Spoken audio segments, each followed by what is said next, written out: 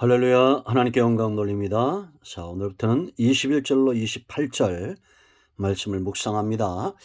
기도합니다. 영광과 감사와 존귀가 하나님께 있습니다.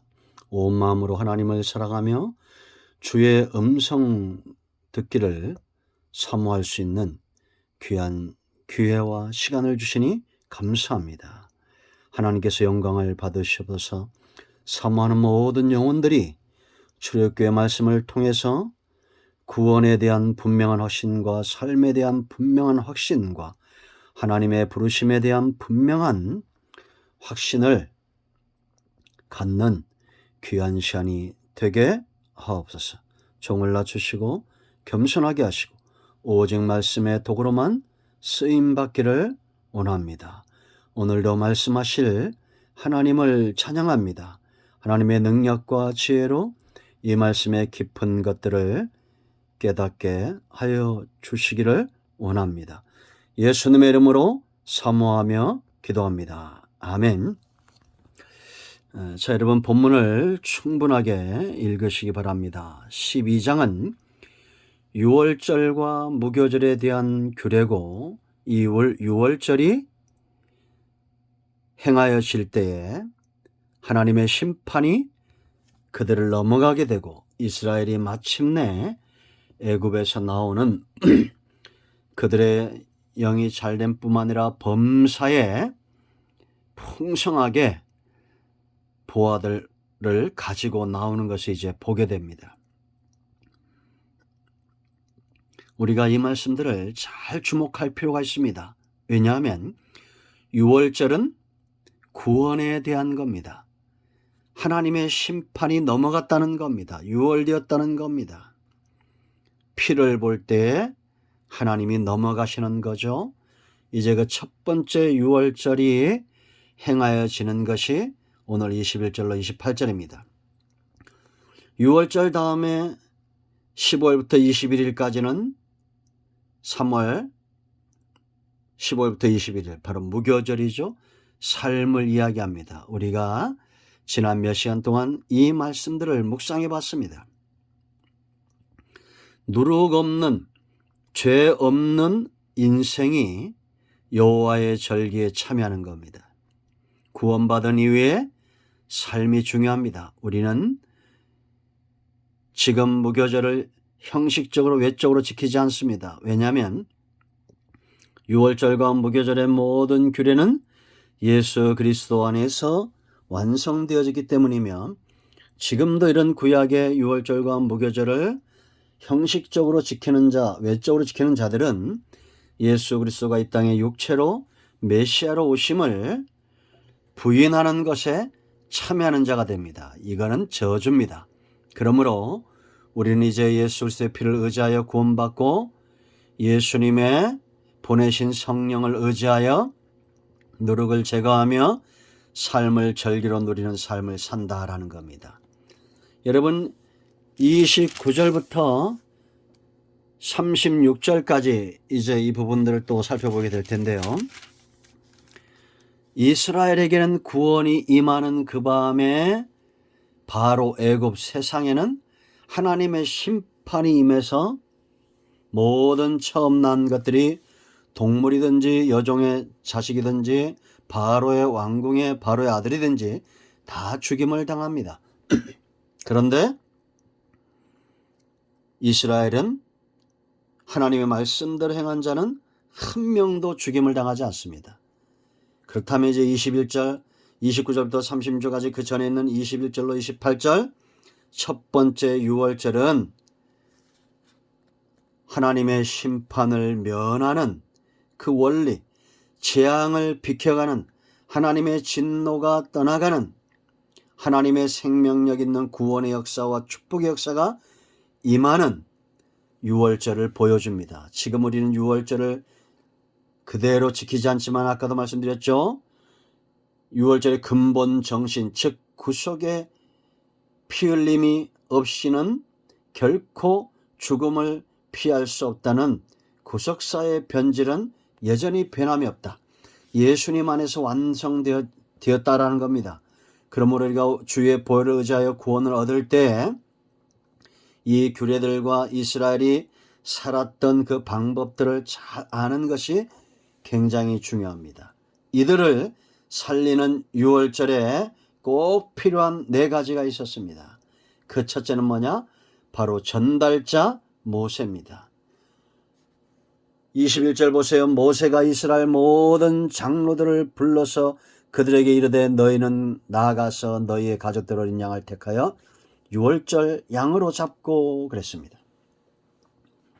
여러분, 모세가 온전히 하나님께 순종하고 모세의 말이 이스라엘 백성들 가운데 그대로 전파되고 그들이 순종되어질 때에 앞으로 이제 우리가 보면 알겠지만 하나님의 진노에서 벗어나고 축복이 역사하는 것을 우리가 볼 수 있다라는 겁니다.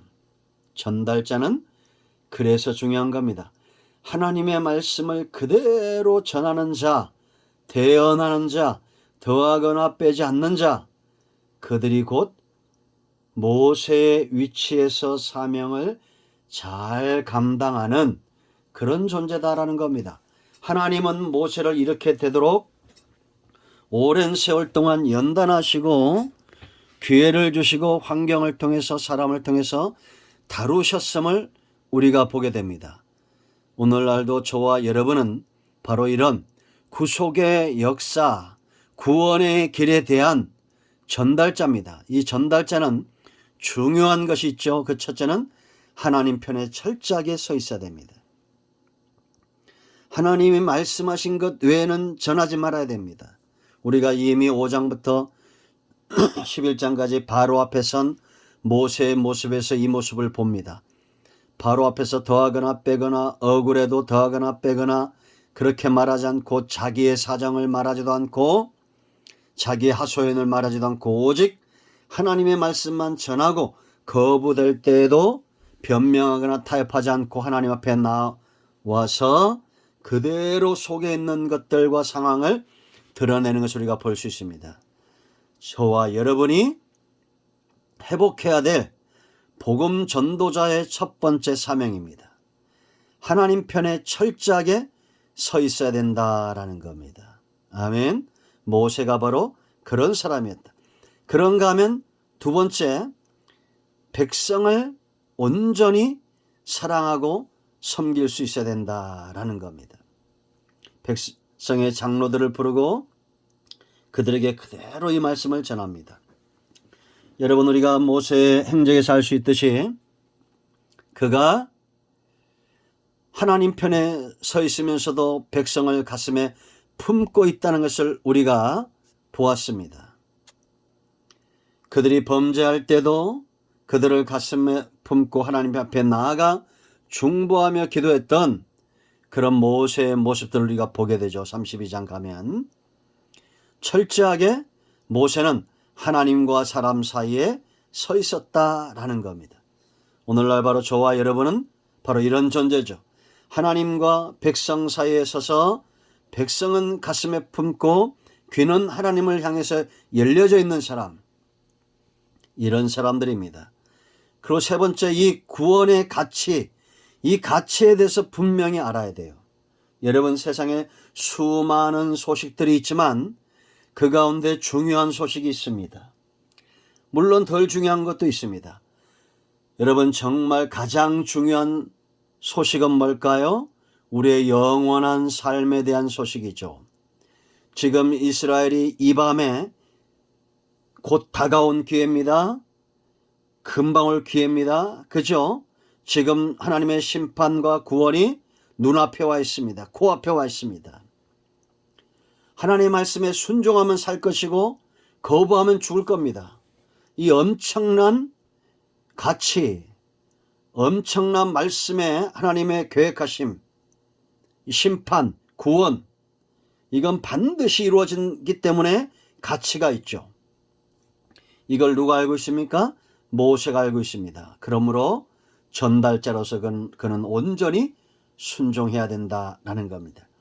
이스라엘 모든 장로를 불렀다는 것은 모든 한 사람 가장 낮은 곳에 있는 어린아이들까지도 전부 이 구원의 소식이 들려지게 했다라는 겁니다.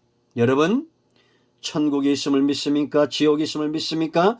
하나님의 심판에서 벗어날 수 없다는 이 놀라운 성경의